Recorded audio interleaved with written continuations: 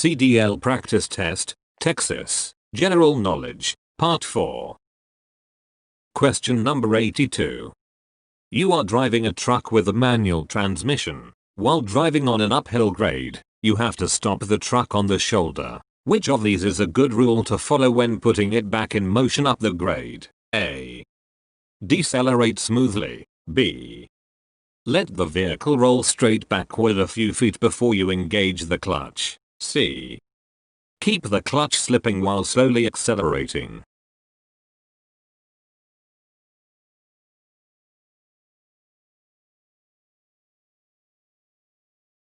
The correct answer is here. C. Keep the clutch slipping while slowly accelerating. Explanation.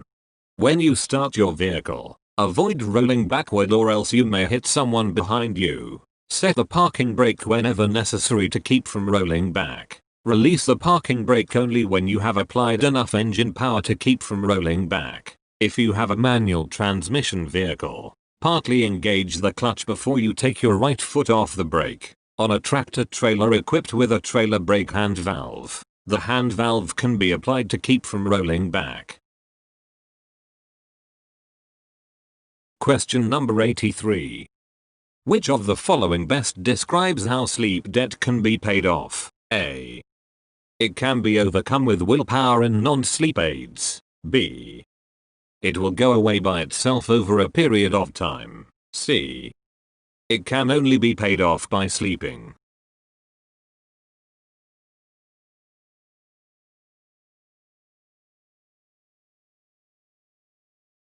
The correct answer is here. C. It can only be paid off by sleeping. Explanation.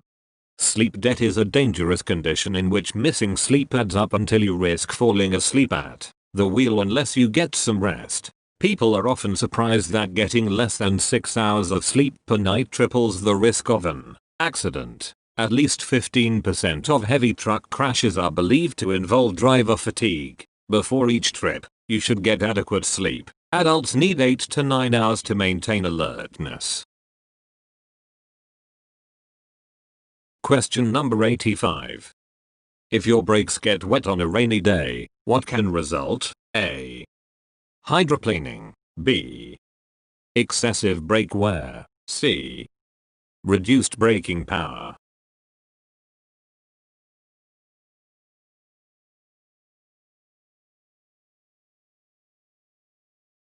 The correct answer is here. C. Reduced braking power. Explanation. Brakes use friction to convert the kinetic energy of your moving vehicle into heat. If the brakes get wet, the brake shoes or brake pads may produce less friction. The brakes will grab, apply unevenly, or become weak. When you try to brake, your braking distance may increase, your vehicle may pull to one side, or the wheels may lock. On a wet road, locked wheels can cause a skid, or even a jackknife if you're pulling a trailer. Question number 86. For how long will you lose your CDL driving privileges if you are convicted of a second DUI offense in either a CMV or your private vehicle? A. 1 year minimum. B. 5 years minimum. C. Life. D. 10 years minimum.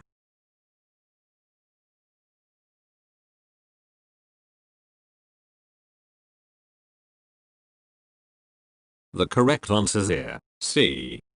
Life. Explanation. If you are convicted of DUI for a second time, you will lose your CDL privileges for life. While you are driving a CMV, a blood alcohol concentration, BAC, of 0.04% or above qualifies as DUI. Your first offense is a wake-up call and a chance to get help. But your second offense is going to mean unemployment. If you get a DUI, seek help before you lose your salary and your future. Question number 87. While driving at night, which lights should you use as often as you can? A. Low beams. B. Novelty lights. C. Emergency flashes. D. High beams.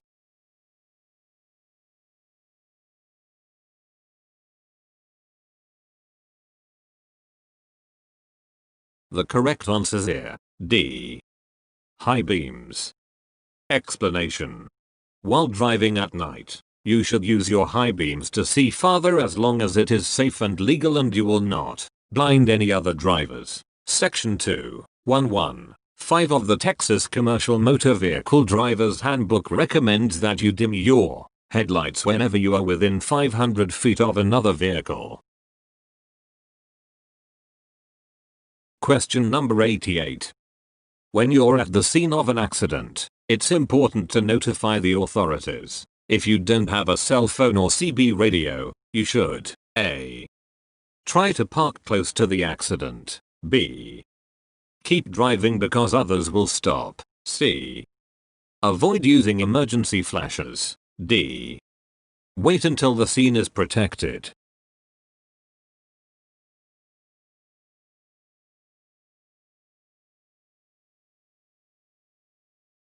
The correct answer is here. D. Wait until the scene is protected. Explanation. If you're at the scene of an accident, call for help before you leave your vehicle. However, if you don't have a cell phone or CB radio, you should wait until the scene is properly protected before trying to find a phone. Question number 89. Which of the following does not have a high center of gravity? A. Dry bulk. B. Hanging meat. C. Top heavy cargo. D. Livestock.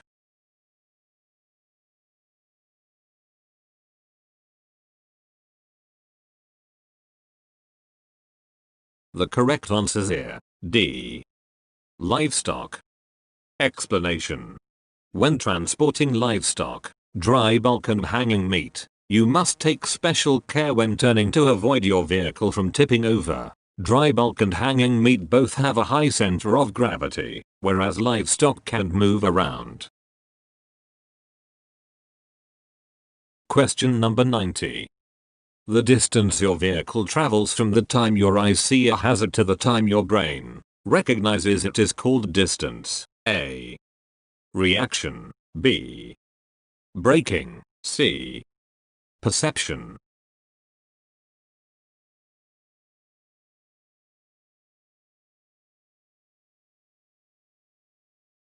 The correct answer is here. C.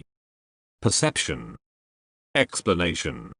The distance that your vehicle travels from when your eyes see a hazard to when your brain finally recognizes it as a hazard is called the perception distance. Question number 91. Which of these items is not checked on a pre-trip inspection? A. Cargo securement. B. Amount of fuel in the vehicle. C.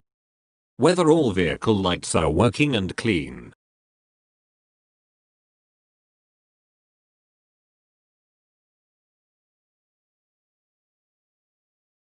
The correct answer is here. B. Amount of fuel in the vehicle. Explanation.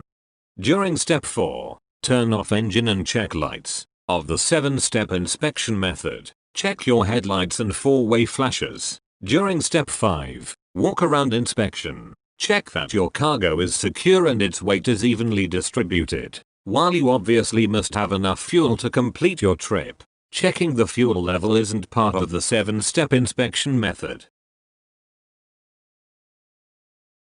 Question number 92. What 3 things add up to total stopping distance for your truck or bus? A. Attention distance, reaction distance, slowing distance. B. Observation distance, reaction distance, braking distance. C. Perception distance, reaction distance, braking distance.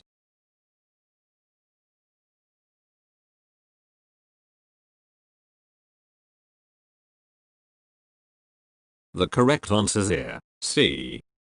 Perception distance, reaction distance, braking distance. Explanation. Total stopping distance is the sum of your perception distance, how far your vehicle goes from when you see the hazard until your brain processes it. Reaction distance, how far the vehicle goes from when your brain orders your foot to take action until your foot actually starts to brake, and braking distance, how far the vehicle continues to travel once you apply the brake. Question number 93. When a doctor prescribes medication for you and you know you will be driving, you should A. Ask the doctor if the medication will affect your ability to drive. B. Take the medication as well as other medications to keep you alert. C. Take the medication but stop taking it if you notice it is affecting your driving.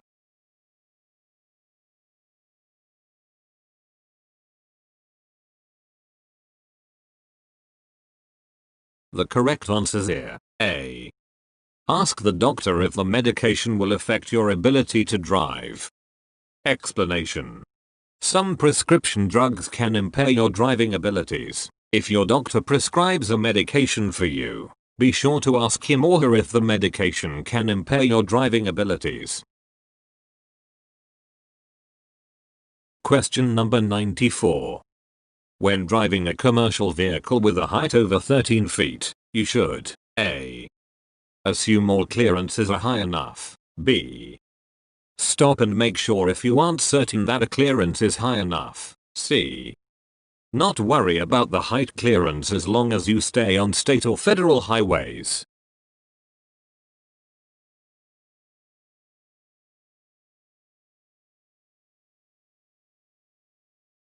The correct answer is here. B.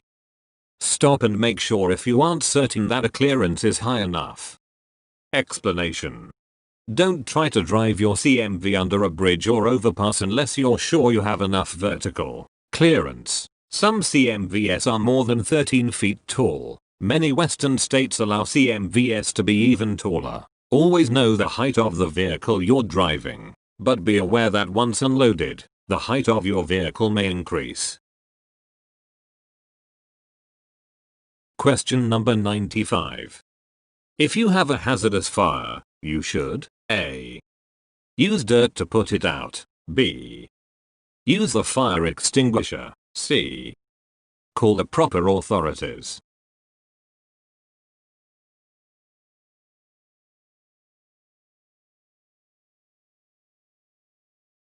The correct answer is here. C. Call the proper authorities. Explanation.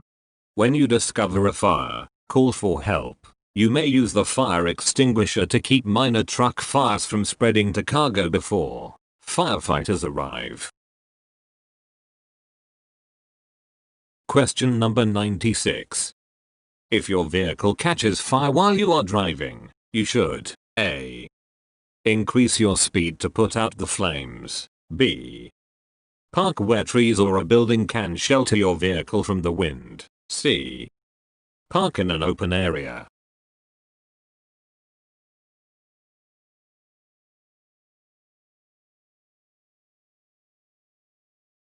The correct answer is here. C.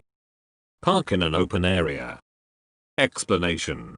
If your vehicle catches fire, pull off the road and park in an open area away from anything that might catch fire, such as buildings or trees. Especially avoid parking your burning vehicle near a gas station. Question number 97. Can your truck or bus be inspected by federal inspectors? A. Yes. B. Only to the point of entry. C. Yes, but they cannot place you out of service. D. Yes, and they can also place you out of service.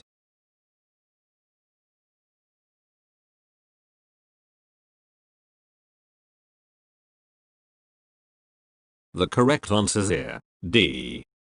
Yes, and they can also place you out of service. Explanation. Federal and state inspectors may inspect your vehicles. If they judge the vehicle to be unsafe, they will put it out of service until it is fixed. Question number 98. When you're driving at 55 miles per hour under good driving conditions, your total stopping distance will be A. At least 216 feet. B. At least 353 feet. C. At least 419 feet.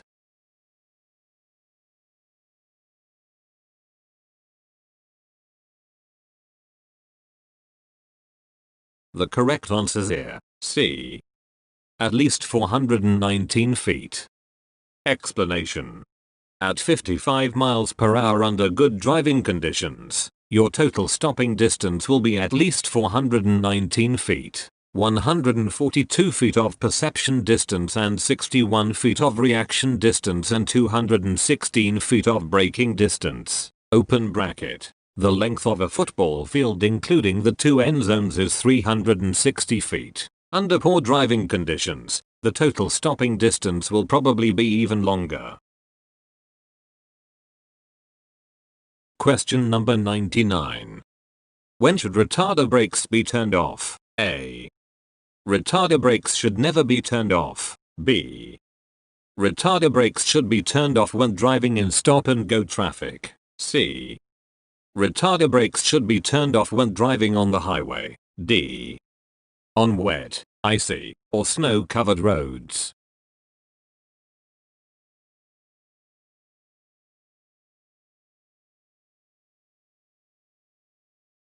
The correct answer is here, D. On wet, icy, or snow-covered roads. Explanation. Retarder brakes should be turned off when the roads are wet, icy, or covered in snow because slippery road conditions can cause your drive wheels to skid. Question number 100. You should renew your medical certificate every A. 1 year, B. 3 years, C. 5 years, D. 2 years.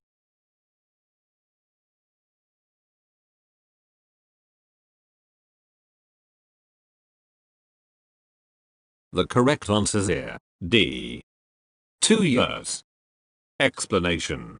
All medical certificates must be dated within the last 2 years in order to be valid. Question number 101. Which of the following may be a sign of tire failure? A. Vehicle thumping or vibrating. B. Vehicle fishtailing. C. Both of the above.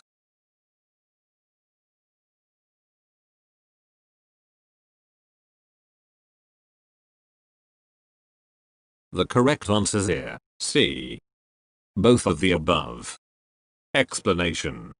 The classic sign of a tire blowout is a loud bang sound. However, if you're driving a long vehicle and a rear tire blows out, you may not hear the sound. In this situation, a thumping or heavy vibration may be the first sign you get that a rear tire has failed. Also, your vehicle may start to fishtail. On the other hand, heavy steering probably indicates that a front tire has failed. Question number 102. What things should you check during a trip? A. Check your maps and directions in the weather report. B. Check load stability by slightly swerving left to right in your lane. C. Watch gauges and mirrors and use your senses to check for problems. Look, listen, and smell.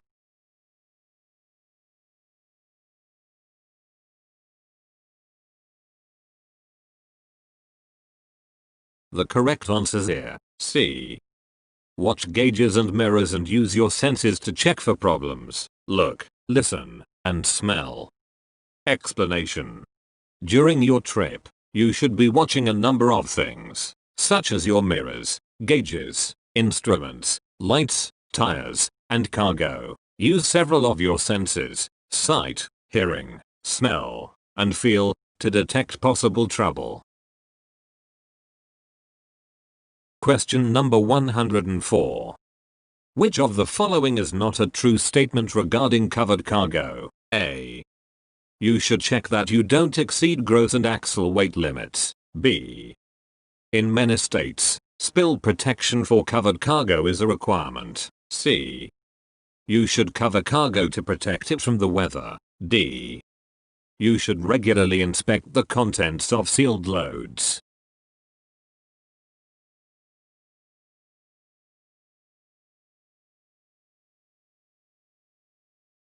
The correct answer is here, D. You should regularly inspect the contents of sealed loads. Explanation. You should cover cargo to avoid harming people from spills and to protect the actual cargo from the weather. You should also check that you don't exceed gross and axle weight limits. You should not actually inspect the insides of sealed loads. Question number 105. When driving a newer truck with a manual transmission, you come upon a long, steep downhill grade. You will probably have to use gear that you used to climb the hill. A. The same. B. A higher. C. A neutral. D. A lower.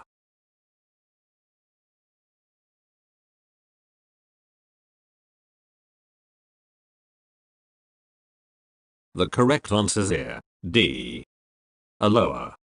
Explanation. When you are going down a steep hill in a newer truck, you'll usually need to downshift to a lower gear than what you used to climb the hill.